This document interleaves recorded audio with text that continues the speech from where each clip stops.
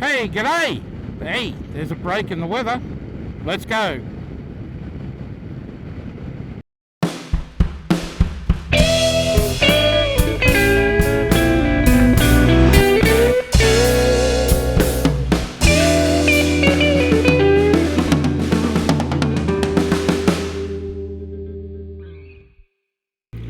Yeah, so this is the first break in the weather in 3 weeks. So it's the first chance I've had to get out.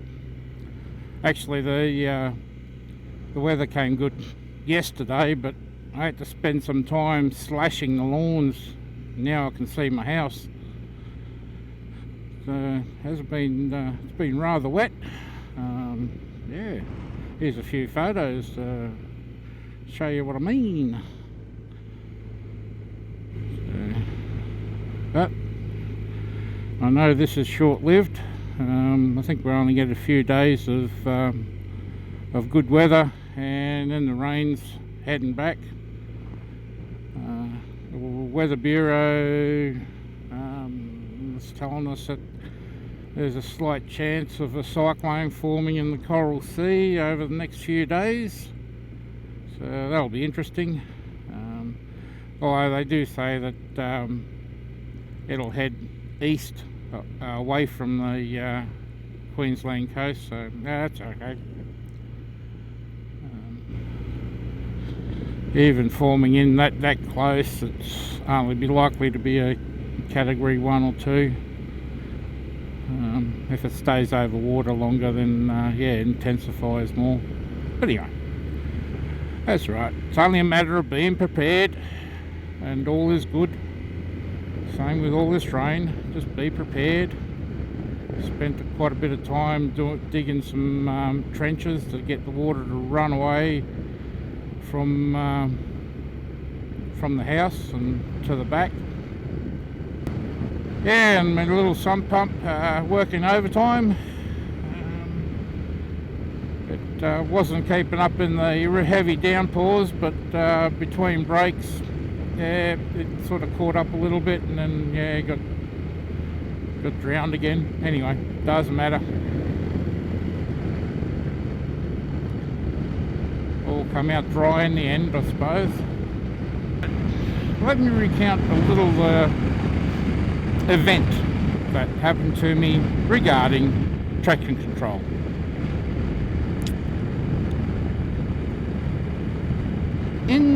I bought this bike in 2016, new, and I'd been riding it around, and you know, get the first 1,000 kilometres up, and so I could get the first 1,000k service check, whatever you call it, done, because I was about to embark on a road trip down to New South Wales. I was actually trying to head to the 12 Apostles and yeah, and do that run, the Great Ocean Road, which didn't eventuate. For those of you that knew that at that time there was a hell of a lot of rain down south, and so much so that there was some landslips on the Great Ocean Road, which basically cut it off. So you know, that didn't work out. But I went on other rides anyway, visited friends down in New South Wales, etc. Anyhow, back to the story. I was put up to 1,000 k's, so I was heading to Cairns to get that first service done, and on this occasion I decided I'd go down. I'd go down the Kuranda Range. At the bottom of the Kuranda Range, there's the Smithfield roundabout. Smithfield roundabout is actually a roundabout with 2 lanes. because it's heavily trafficked. It's where the Kennedy Highway meets the Captain Cook Highway. And down on that I was in the right hand lane because I was going to turn right around the roundabout. I was sitting there and I picked the worst time of day to go down there. There was bumper to bumper traffic, all heading north, so all this traffic on the right hand side was coming through.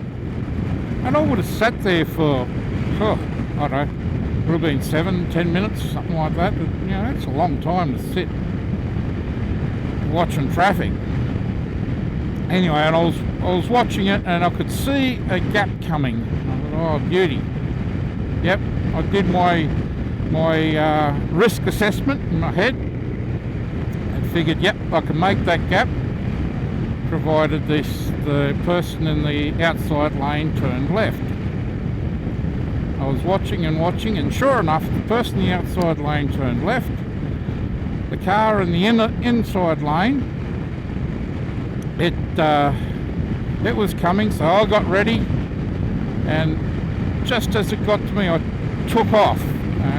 So it was past by the time I was going. Now I took off pretty quick because I knew there wasn't much room between me and that car and another one coming. So yeah, I hammered it. Anyway, I got halfway across that first lane, so I lost power.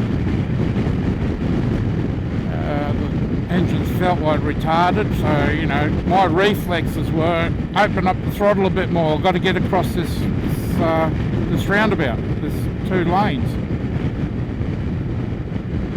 Then all of a sudden the power came back on, and because I had the throttle opened up more, it really took off and up the front wheel went. And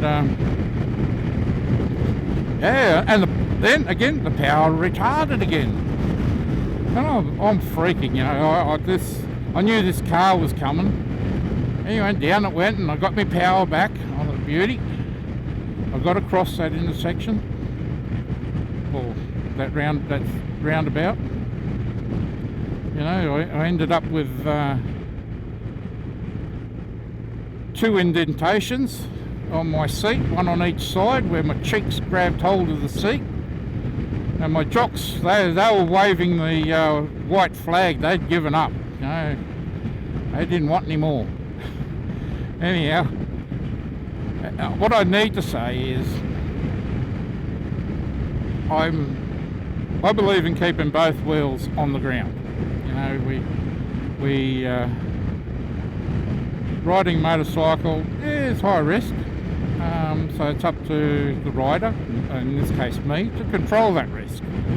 As part of my risk controls, I keep both wheels on the ground. I know there's a lot of people like doing wheelies. It makes them look good, makes them feel good, whatever, gives them the adrenaline buzz, and great. Yeah, I reckon it looks all right. Each to their own. I've seen a lot of them on YouTube, and I've seen a lot of fails on YouTube too. And yeah, that's why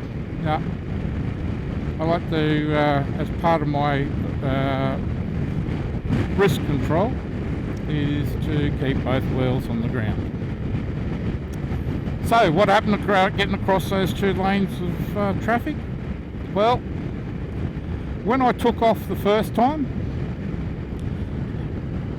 the front wheel must have just lifted off the ground, which then its rotational speed slowed slightly, which triggered the traction control, and that traction control retarded the engine.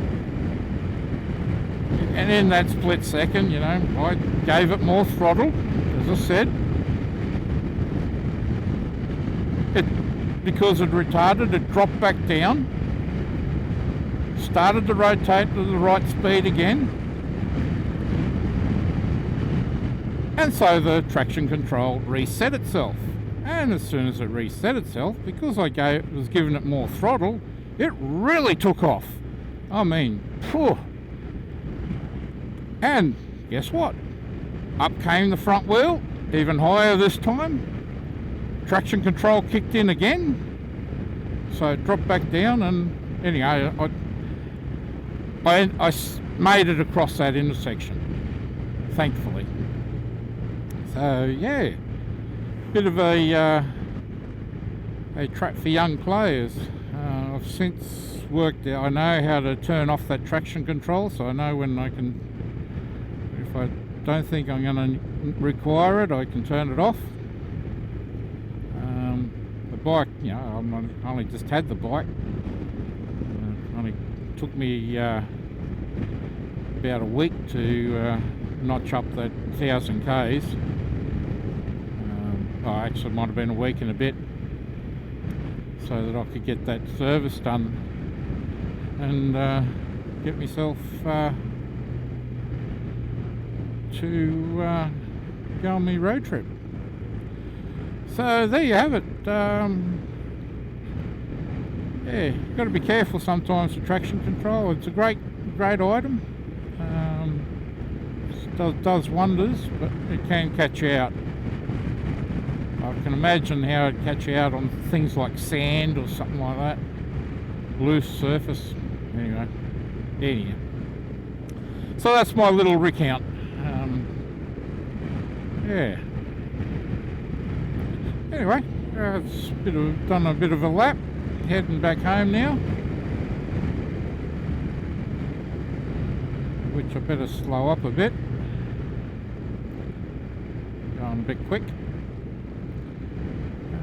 So yeah, hope you're hey, enjoyed that little story, and I'm glad that I managed to get out for a ride. So now it's just a matter of waiting for the next break in the weather, which most likely be a few weeks away, I'd say, the way it's going, especially if that little cyclone develops. We'll end up getting a lot more rain out of that as well. So yeah, but you know, this is wet season up here. That's what it's all about, living in the far north Queensland. And I've said it before, yeah, living in Queensland, great one day, perfect the next, just before you get hit by a cyclone. Anyhow, hope you enjoyed that. Let's just all go now and look after each other. Take care of yourself, and until next time, cheers.